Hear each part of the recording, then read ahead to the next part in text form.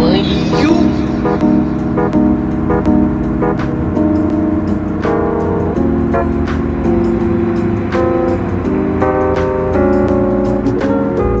Hello, everyone, and welcome to the Arts for Resilience Festival 2.0. My name is Jason Yup, and you are watching a very special episode titled From Dancer to Dance Artist.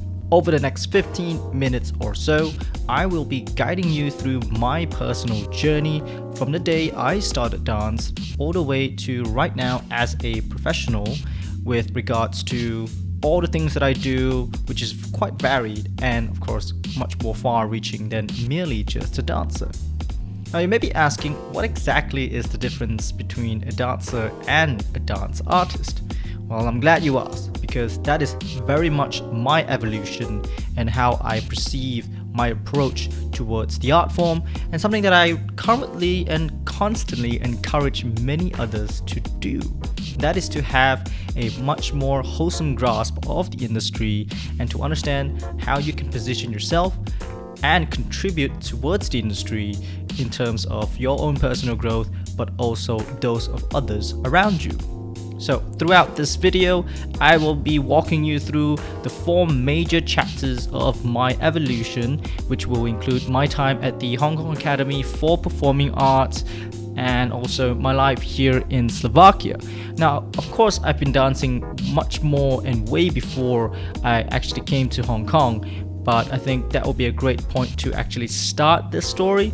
And then of course right now based in Slovakia, how I've transformed from just merely being a performer to sort of a producer and currently now a podcaster.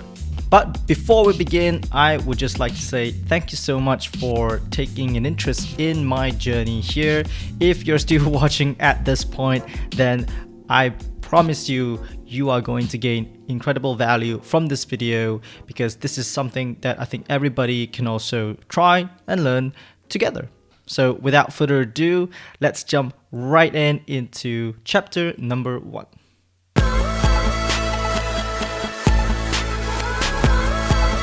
So my time at the Hong Kong Academy for Performing Arts was life-changing, to say the least. That's because I was pursuing a bachelor's degree on the back of already obtaining a bachelor's degree in Malaysia, albeit in psychology. Now the difference was really whether I wanted to improve academically through a master's program, which I probably would have qualified already at that point, or a bachelor's program which would provide me with the necessary skills and knowledge to become a professional performer. Now, of course, I chose the former because that was really my aspiration at the time.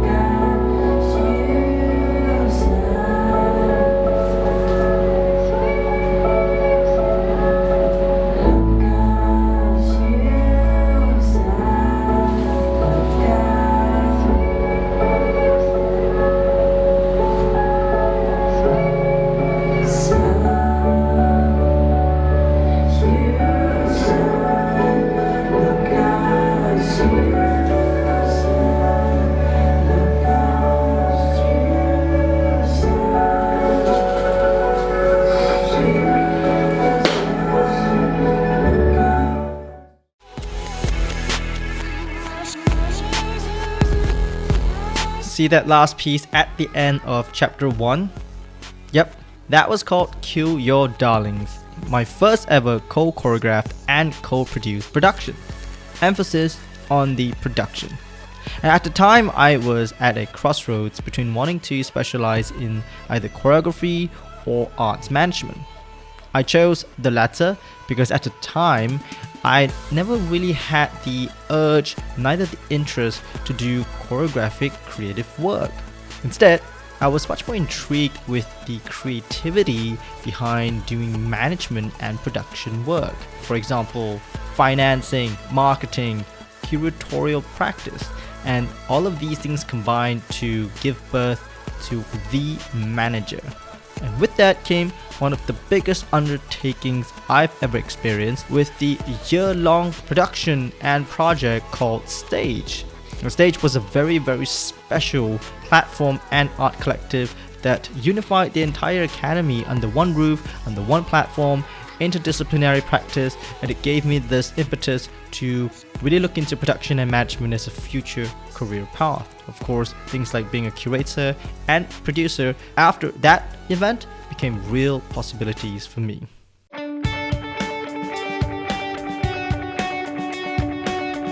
Hi, my name is Jason Yup from the School of Dance, and I'm the co-founder and curator of HKAPA Stage. So Stage is a student-led initiative that aims to cultivate students within the academy into autonomous and innovative artists through maximizing their creative potential.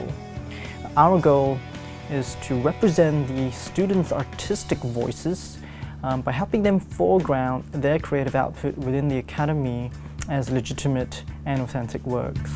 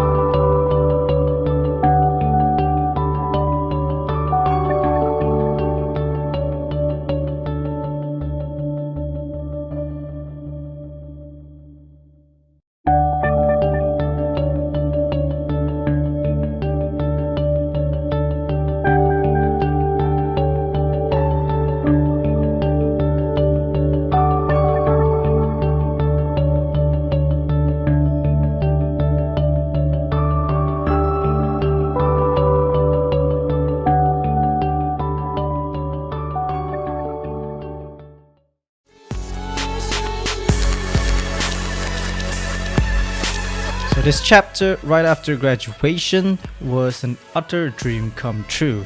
And while not all dancers dream to work for a state-funded municipal company, it was definitely my aspiration from the very start. Right after Hong Kong, I was very lucky to have received this job to move to Central Europe in Slovakia to become a full-time contemporary dancer.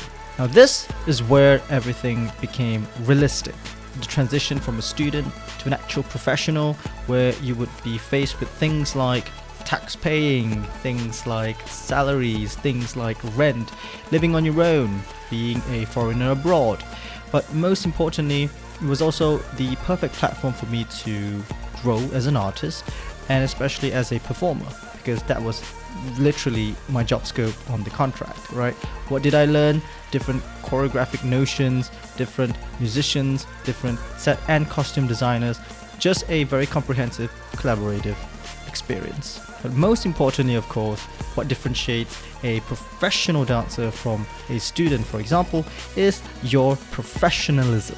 How you conduct yourself every day, discipline, the consistency, and the resilience of surviving and thriving in this industry. With all these things combined, it was very much the stepping stone for me to push off and become the complete professional that I've always dreamt of.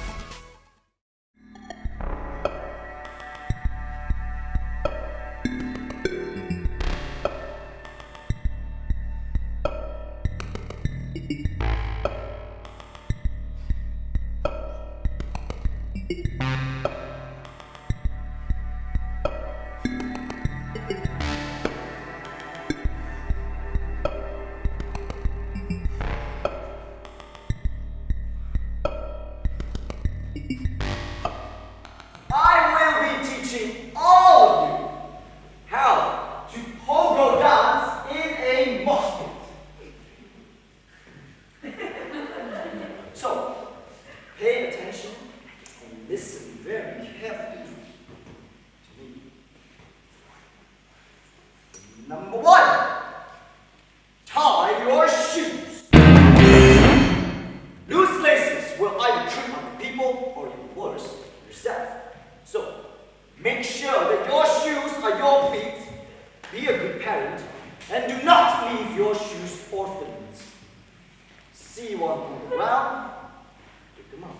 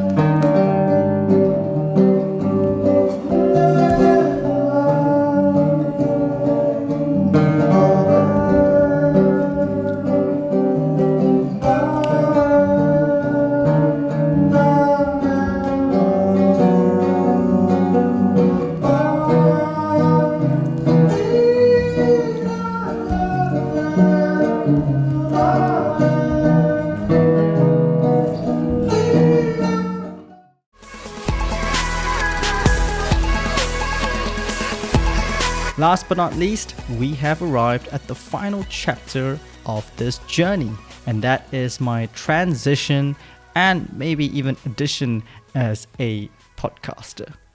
During the peak of the pandemic, of course, everybody was stuck at home and had to find a new hobby in order to continue being productive. And that was the same for me. I turned to podcasting as I've always had an interest towards oration, moderation, emceeing, and all these things that require me to speak. The only problem was, what do I speak about and what do I share to the world? of course, my knowledge about the world of dance and performing arts. So one thing led to another, and the Background Dancer podcast was established. Now, I thought at the time that the podcast was just something for me to kind of play around with my hobby, but what turned out to be was how it also allowed me to deepen my understanding about the industry through the people that I talked to, through the people that I collaborated with, and just all the different necessary things that you have to do around speaking and recording an episode to produce a consistent professional level podcast. With that, of course, I've been able to continue developing as an artist and learning how all these things actually feed into one another through performance, through choreography, through production, through media, and all these different facets. They all combine as to one full artist.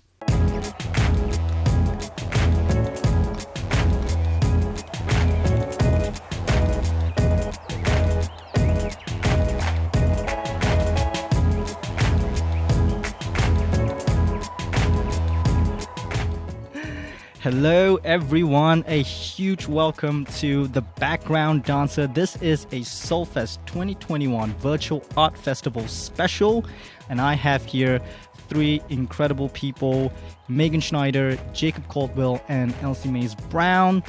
First of all, just thank you for being here today at the Background Dancer. Thanks for having us. This is super cool. I've never been on a podcast before, especially as a dancer. This is wild.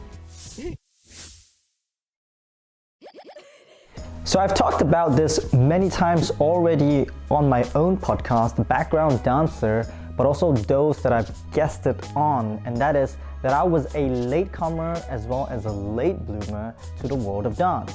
You know, I started dancing when I was 16, but only took it quite seriously at the age of 18 once I graduated from high school. So that was about like 10 years ago. And the crux of it all is being a Malaysian artist is incredibly rare, but also incredibly tough. You know, the story that I'm telling you is my constant investigation of whether I want to be sort of a big fish in a small pond versus being just one of many fish, many people in a big pond. And so this really has been the conflict for as long as I can remember being an artist, and it's really hard to want to go back to Malaysia because yeah, it's just really tough to be an artist there, but at the same time I do have a bigger goal, and if you have one of those goals too, the big ones, right, to change something about the economy and something about the industry, like maybe it's much better to be a torchbearer and a change maker, somebody pivotal to that, or else once again you'd probably just be like everyone else. So there you have it, my personal journey, my evolution from a dancer to dance artist, chapter 1 to chapter 4. I hope you enjoyed that, and if you have any curiosities at all, please do not hesitate to reach out to me. Once again, the recap of starting from a student into a manager, into a professional dancer, and finally ending up as a podcaster.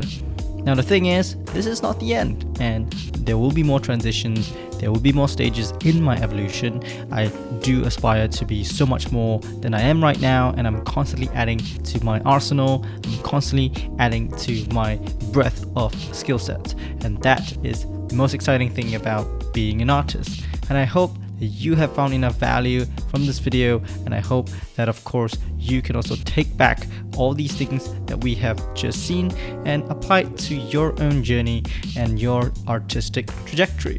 This has been From Dancer to Dance Artist. I'm Jason Yap, and you are watching the Arts for Resilience Online Festival 2.0. And with that, I bid you goodbye, and hopefully we'll see each other in the future.